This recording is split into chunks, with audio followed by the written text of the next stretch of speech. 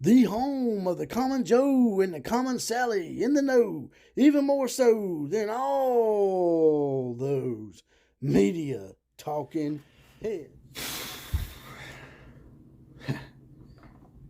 If it ain't Lincoln Riley, if it ain't Caleb Wiiliams, if it ain't former players, now we got Caleb Wiiliams' daddy making himself known. Although Caleb came to his defense on Twitter and claimed that it was all him, when in fact it wasn't.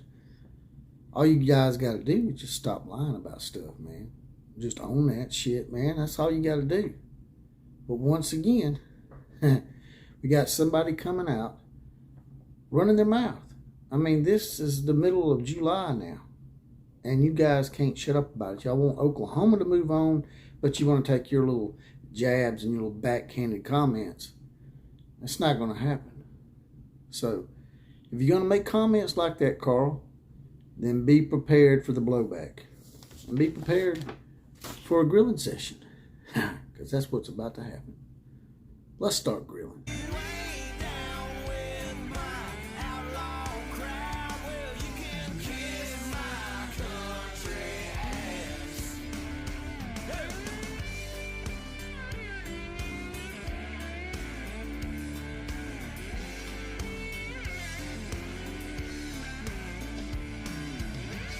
Well, here we are again. Another episode of the OCF, that's the Outlaw of College Football. That's me, JPC. And today, class, we're going to do something a little different that I haven't done. I don't think I've ever done. I've done back-to-back Oklahoma videos, but not back-to-back grilling sessions.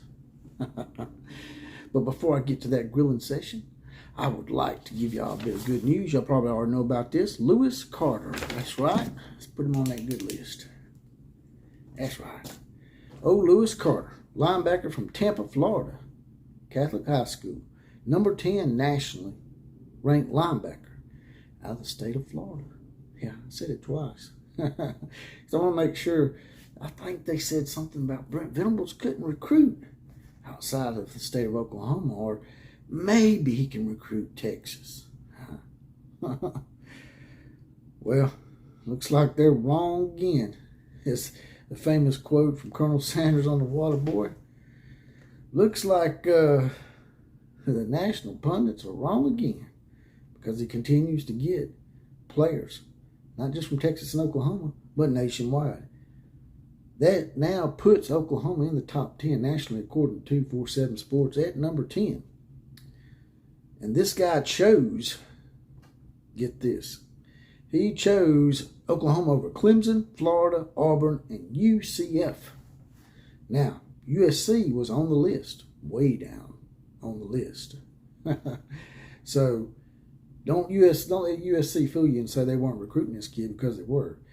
And this was his top 5 in order, according to him. So you're telling me that Lincoln Riley, with all that money and all that big-time recruiting budget, that he couldn't out-recruit UCF?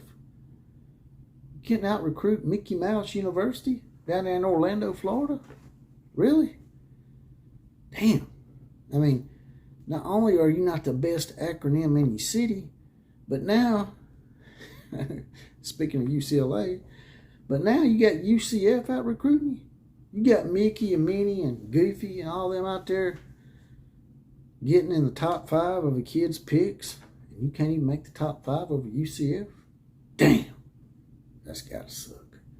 But now let's get to it. Let's throw that charcoal on the grill and get it started up.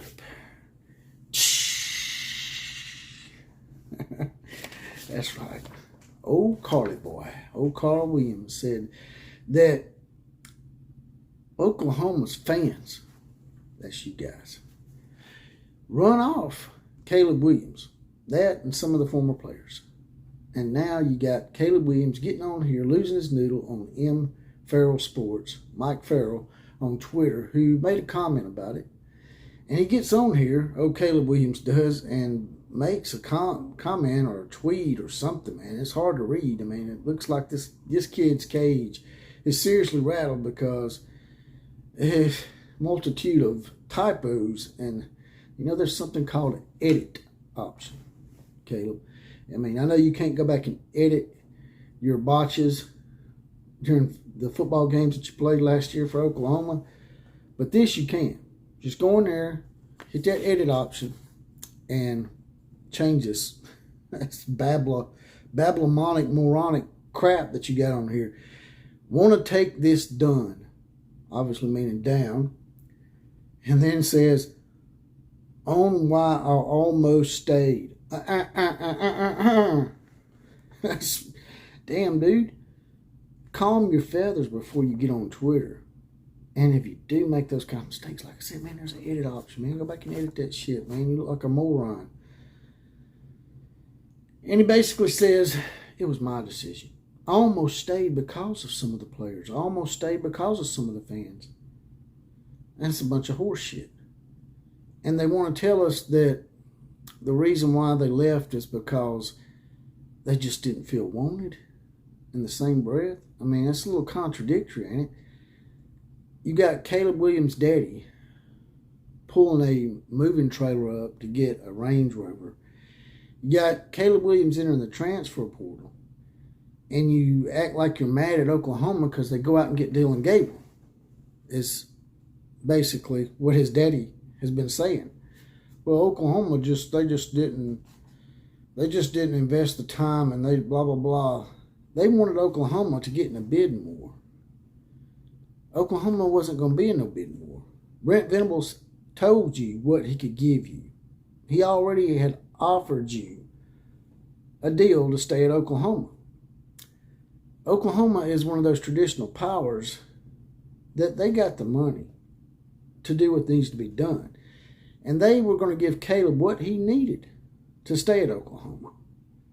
But they wanted to partake in this circus. They wanted to be catered to and put up on a pedestal and bandied around town, I guess, in a Cadillac or something like a homecoming queen.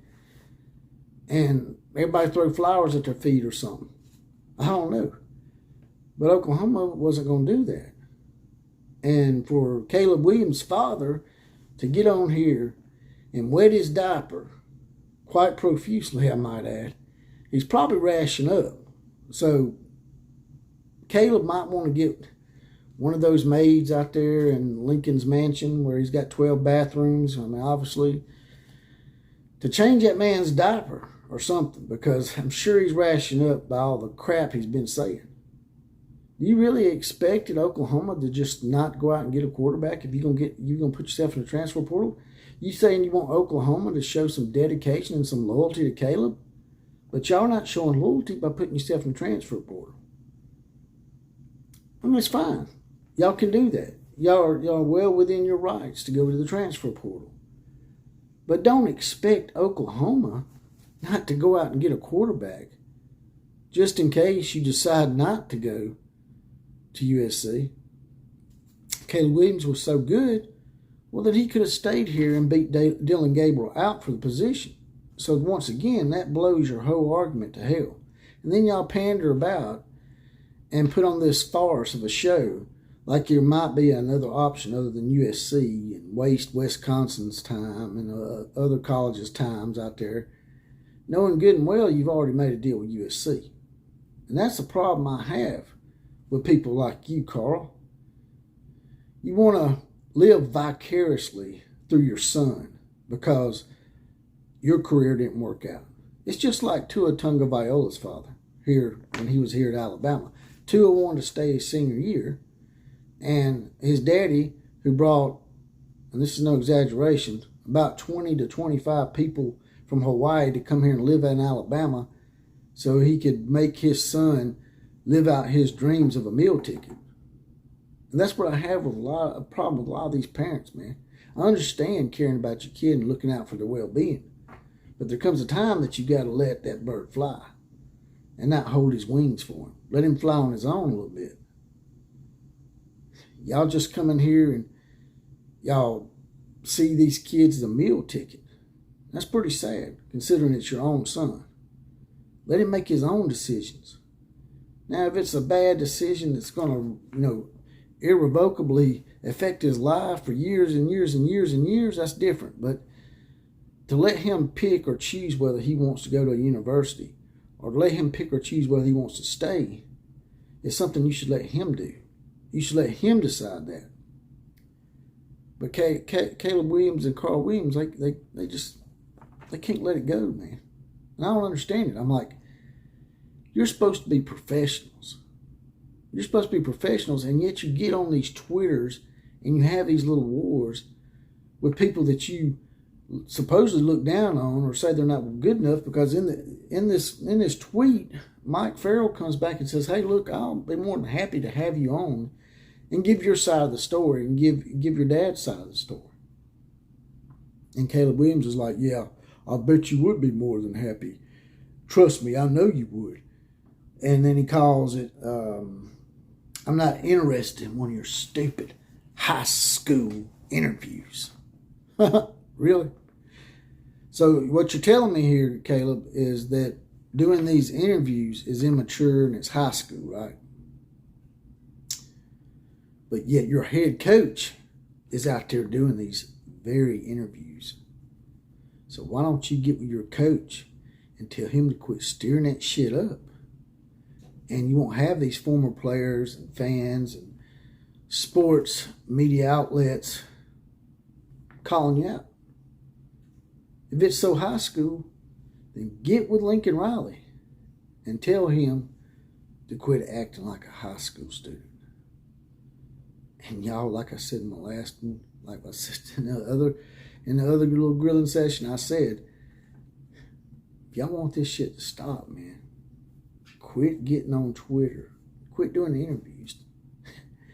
And this shit will go away, maybe. I mean, it's probably too late now. Y'all probably done hit that damn hornet's nest so damn hard that it's going to be buzzing until y'all shut everybody up. And the only way y'all going to shut people up is get out there and win a few ball games. If you lose a game early on somewhere, if you lose in the first 5 or 6 games somewhere, yeah, you think it's bad now, Carly boy? It's going to be exponentially worse. And they're going to throw your ass on the grill, and they're probably going to burn you to hell. But that's all I got to say about that. Like, share, comment, and subscribe to this channel. And as always, KMCA to all the other teams. Class is now dismissed.